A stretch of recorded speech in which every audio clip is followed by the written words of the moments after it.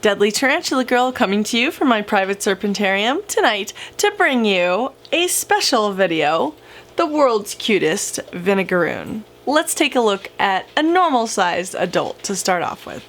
The Vinegaroon is a nocturnal creature. They do hunt at night. Because of that, they do not have very strong vision. However, they use their little tails, which is like a long skinny appendage. This one is missing his because he was wild caught, and that does occur in the wild.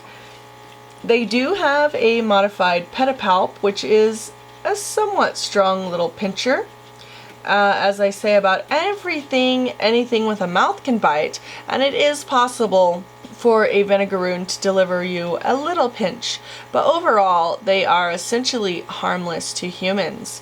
They are non-venomous, but instead they have a modified scent gland in which they can spray a mild acidic mist that has a vinegar-like scent, hence the name Vinegaroon. They are carnivorous. They prey on things like snails and other invertebrates, and they have all kinds of names. And the common name Vinegaroon has several accepted spellings. A lot of people call them a vinegarone. I've heard them called whip scorpions, which a whip scorpion is actually a different type of animal. I've heard them called pseudo spiders, and lots of other very strange and kind of humorous nicknames.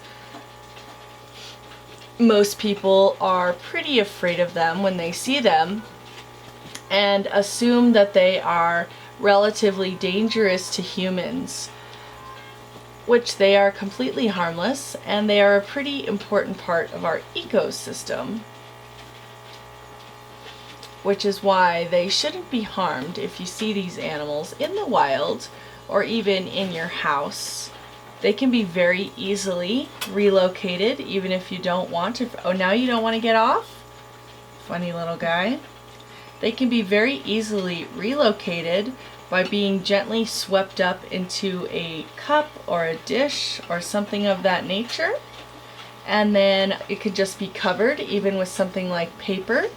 And it can be set down on the ground outside or gently tipped out. And then this animal will happily go on its merry way. This one is a nice little specimen. I know it does have a damaged tail, but a nice looking guy nonetheless. Now let's get to the world's cutest Vinegaroon.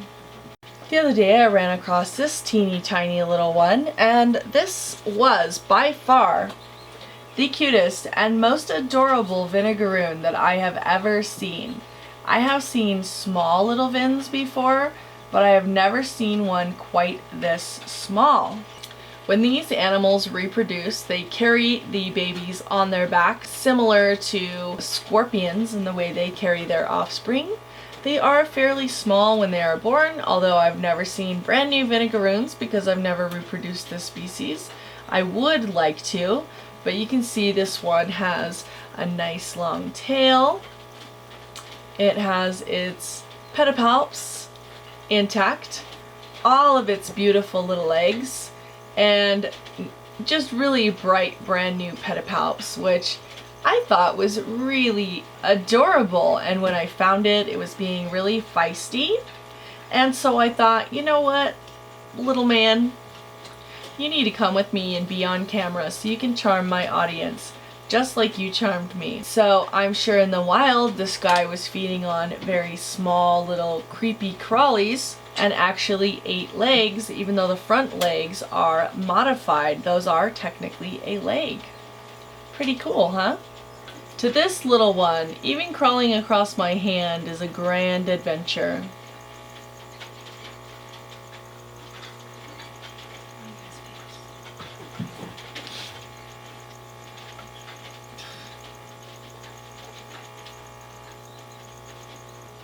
I wonder what I look like to him.